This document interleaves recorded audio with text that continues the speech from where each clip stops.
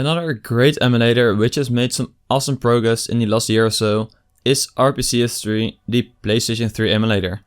When I made my first guide on this emulator, it could only launch games like GeForce, and now it can play games like Persona 5 at 60 FPS and also exclusives like No Kuni, which is absolutely awesome.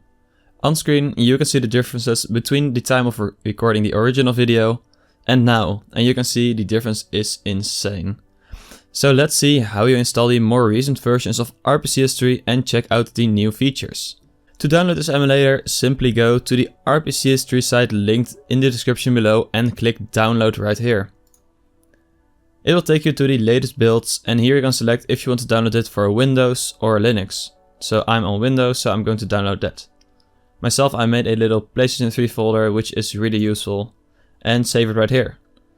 While this is downloading, you can check the compatibility page where you can check which games are and aren't playable. I recommend having at least an in-game game, because the intro, loadable and nothing games don't really work at all. Playable games are the best of course, so make sure you can check the games which you want to play. Now a really important step is reading the quick start guide. Here are the recommended and the minimal specs. They are on screen right now, so pause the video if you want to read if your system is supported or recommended. And once you are done, you can download the PlayStation 3 PS3 update pub from the official PlayStation site, which I will show you in just a second. In the meanwhile, you need to have Microsoft Visual C++ installed and also Microsoft DirectX. If you have installed many games via Steam for example, this isn't necessary to install manually. But if you get errors that need these, just install it and it should work. Also here it says, for Linux users, download the latest app image and make it an executable with this command, so make sure you follow this. Over here is some more info, but it all should be featured on here. So now click this little icon with that, which has the PlayStation 3 update file. Click it and you will go to the PlayStation site where you can click agree and download now. Once you've clicked this, you can save it wherever you want. I'm going to save it right here and rename the original file, so you can see I'm not cheating in any way.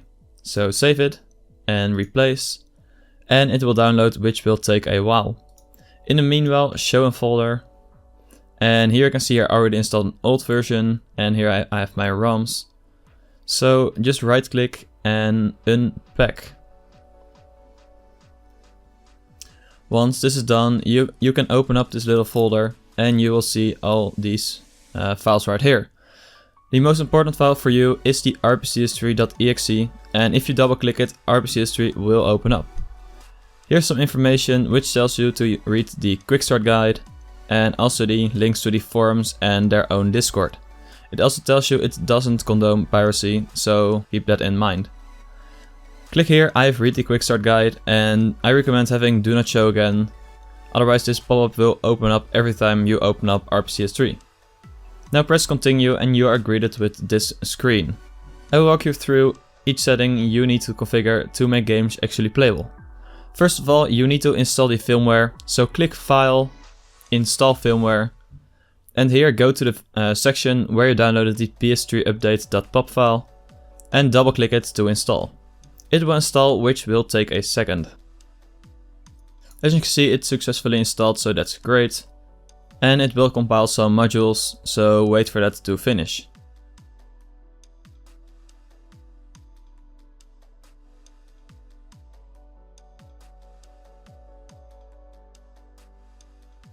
Once this is done, you are ready to add the games you have dumped to your actual emulator. For that, click Files, and I always recommend clicking Add Games. And go to the place where you actually dumped your games. And go to the folder where you see PS3 game and update. Select this folder and the game will show up in the emulator. Now do this for all the games you have. For me it is just No Kuni and Persona 5, so install it and select folder. Now if you want to install an update or DLC to a game, you need to get a .pkg file and click install.pkg right here. For example, I have a No Kuni DLC, so go to the folder where the DLC or update is located, open it up until you see the .pkg file and double click it to install. And it will successfully installed software from package, which is great. Now you have set up the games right here. I'm going to guide you through the config settings and the gamepads. So for config, you can see here, right here, it starts with CPU. For the PPU decoder, I recommend using the LLVM recompiler, which is the fastest right now.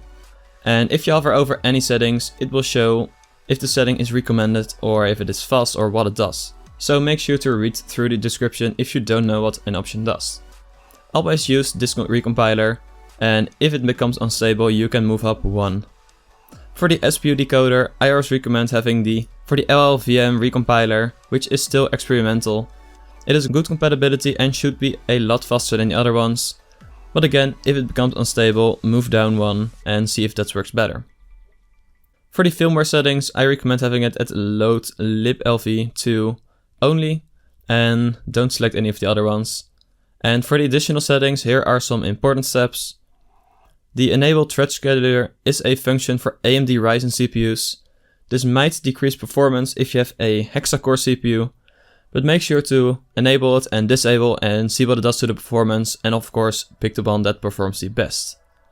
For the lower SPU thread priority, as it says right here in the description, it is usually faster on i3 or i5's CPUs, and it should make no difference or a bit slower on i7 or Ryzen.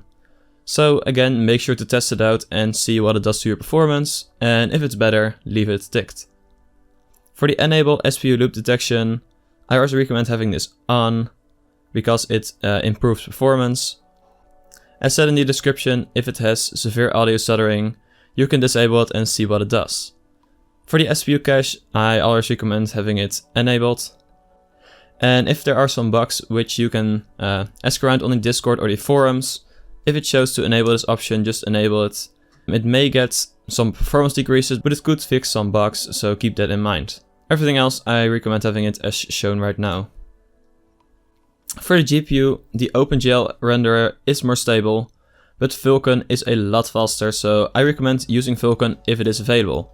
If you hover over, you can see also right here, if unsure, you use Vulkan, and if you have any compatibility issues, fall back to OpenGL. Do not use the Direct 3D 12 option. For the graphics device, of course, pick your fastest GPU. And for the aspect ratio, keep it on 16:9, or if you have a really old monitor, 4:3. For the frame limit, you can choose whatever you want. You can keep it off at auto or 60 FPS. I'm just going to click 60 FPS because that's the frame limit of my monitor. For this filter, I recommend having it at 16x. If it is automatic, it will use the game preset, but 16x should look a bit better. Now one thing is really important. As you can see right here, there are some supported resolutions, and almost all of them include 720p. So right here in default resolution, make sure you select 720p and 1080p if available.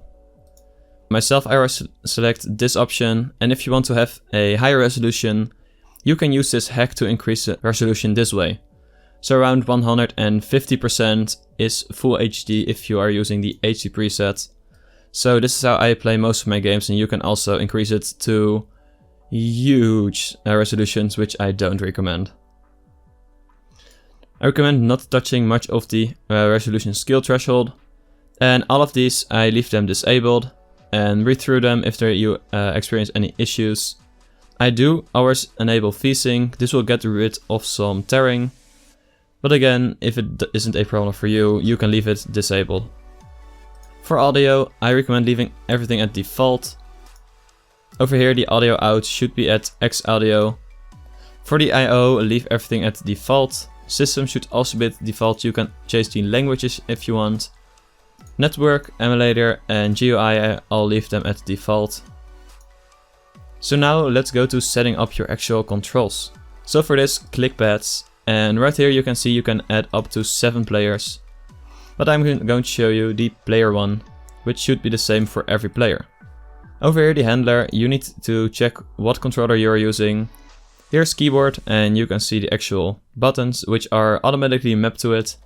You can also map these to anything. For example, if you want the D-pad to be W, you can simply do that. Over here you can see DualShock 3 and DualShock 4 controllers. X input is Xbox 360 and Xbox One controllers, which I have myself. So I'm going to select this one, and as you can see, everything is automatically set up. If you experience any drifting, so your character moves a slight bit to the left, you can change the dead zones so it will happen less. So once done, click save, which you also should have done by the actual settings. So I'm going to need to select everything again and click save.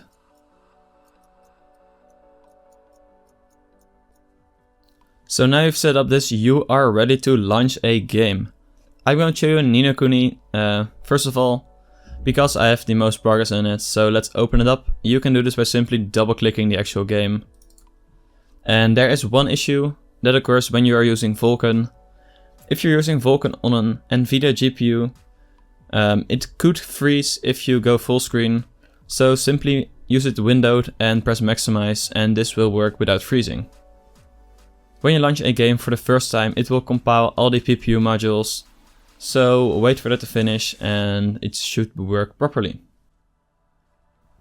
While this is compiling, I'm going to show you how to actually update the emulator. So right here I have the new files, and this is an older build, so double click the actual zip file. You can also unpack it. So select all this, copy it, and you can simply paste it in the old build. And once you paste it, you need to replace everything. So replace the files in destination. This won't mess up with any settings, so you won't get any data loss or something if you replace the files. This is how to update to the latest version, which you should do every once in a while. So now let's get back to the emulator and see if No Kuni actually will boot up the first time.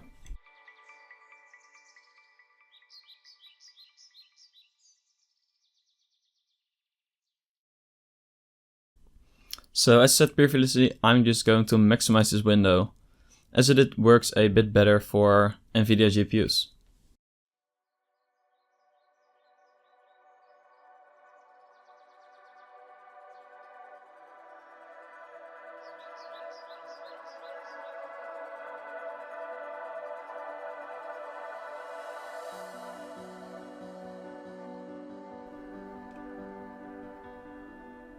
So as you can see right here, it does all work, which is absolutely awesome.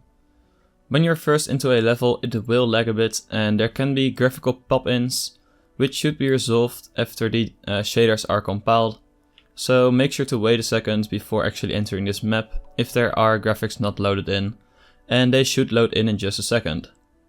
So as you can see, it works, which is absolutely awesome. If you have any questions, you can ask down in the comments below. And also you can ask in our own Discord, which actually got over 1000 members just a week ago. If you enjoyed this video, make sure to like it and subscribe for more emulation content. And I will see you in the next video.